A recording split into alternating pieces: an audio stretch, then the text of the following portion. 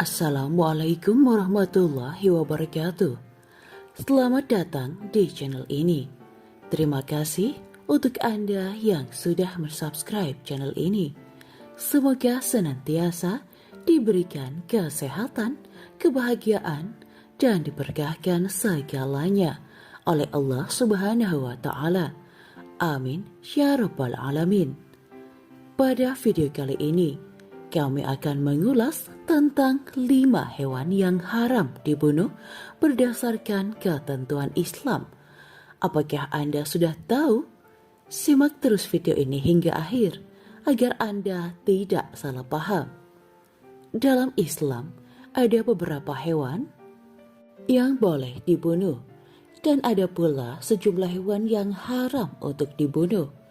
Adanya larangan terkait haramnya membunuh sejumlah hewan tersebut memiliki dasar baik dari Al-Quran maupun hadis Nabi Muhammad SAW. Masing-masing dari hewan yang haram dibunuh tersebut tentu sudah memiliki alasan. Maka sebagai umat Islam sudah seharusnya kita perlu menaati hal itu. Terkait hal tersebut, berikut 5 hewan yang haram dibunuh berdasarkan ketentuan Islam. Yang pertama, burung hudhud merupakan salah satu hewan yang disebutkan dalam Al-Quran.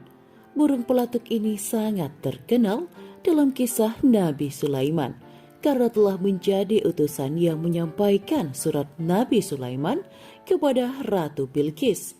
Keistimewaan burung tersebut menyebabkan hewan yang satu ini haram dibunuh sesuai dengan ketentuan Islam. Yang kedua, lebah. Lebah merupakan salah satu hewan yang istimewa dalam Islam. Bahkan secara harfiah nama lebah digunakan sebagai nama bagi salah satu surat dalam Al-Quran, yaitu surat An-Nahl. Hakikatnya, ada banyak pelajaran yang bisa dipetik dari kehidupan lebah.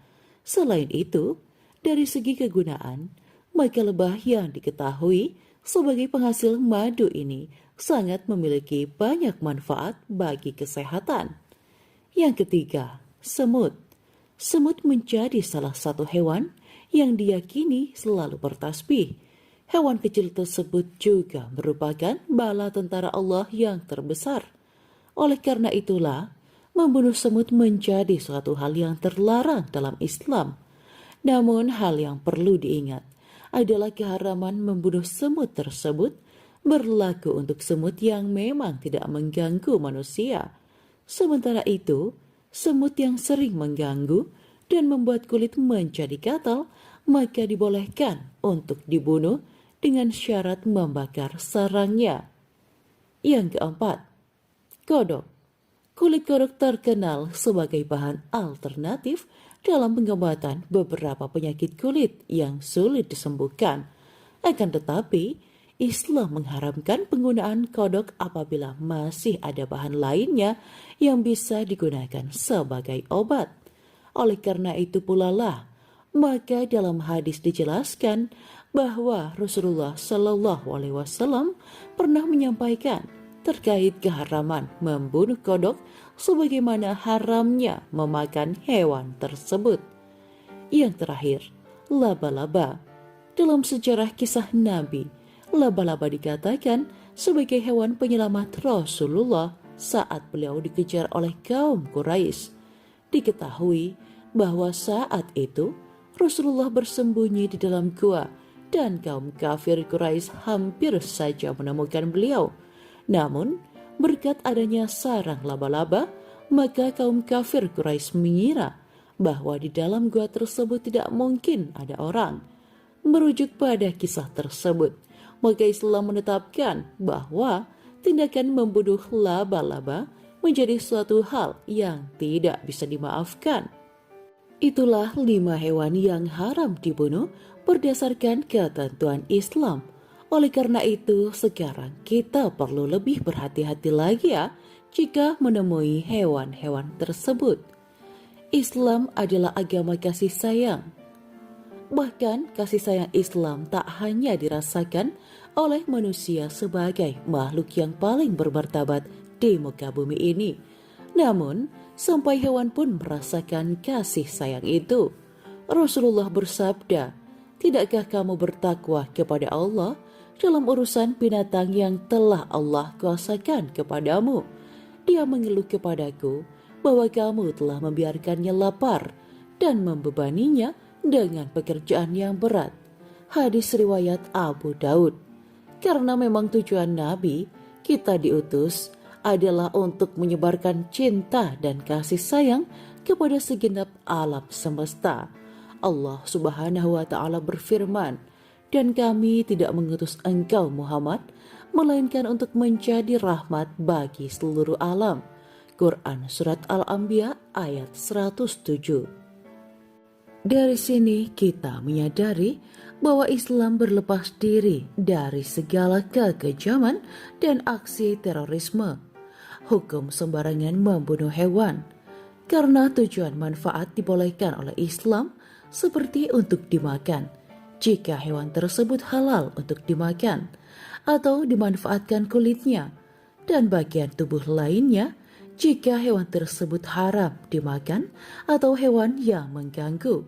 Tentu saja selama bermanfaat tidak melanggar rambu syariat, karena Allah telah berfirman, "Dialah Allah yang menciptakan segala apa yang ada di bumi untukmu." Quran Surat Al-Baqarah ayat 29. Allah telah menyediakan segala yang ada di bumi ini untuk manusia, termasuk juga hewan.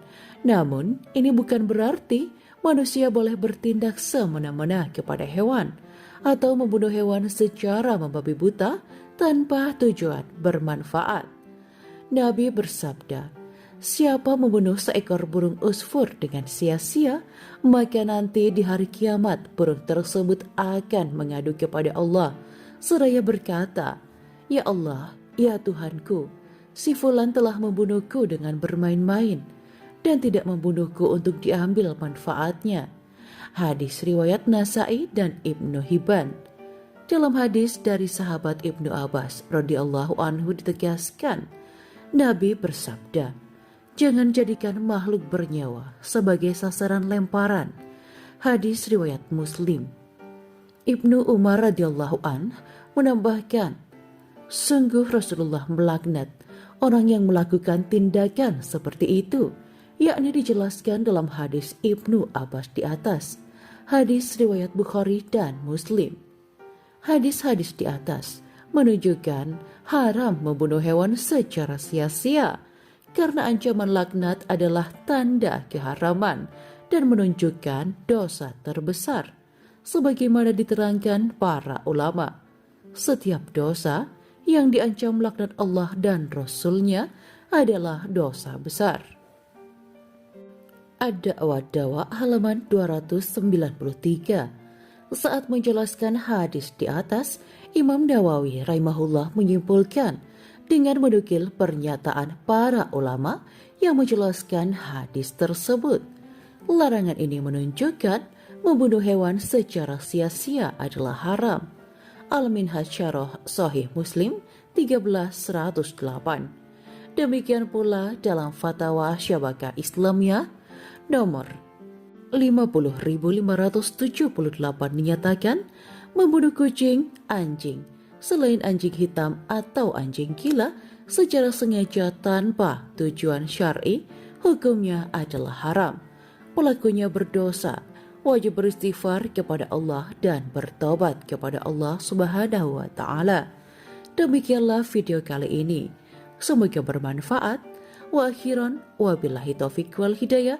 Wassalamualaikum warahmatullahi wabarakatuh.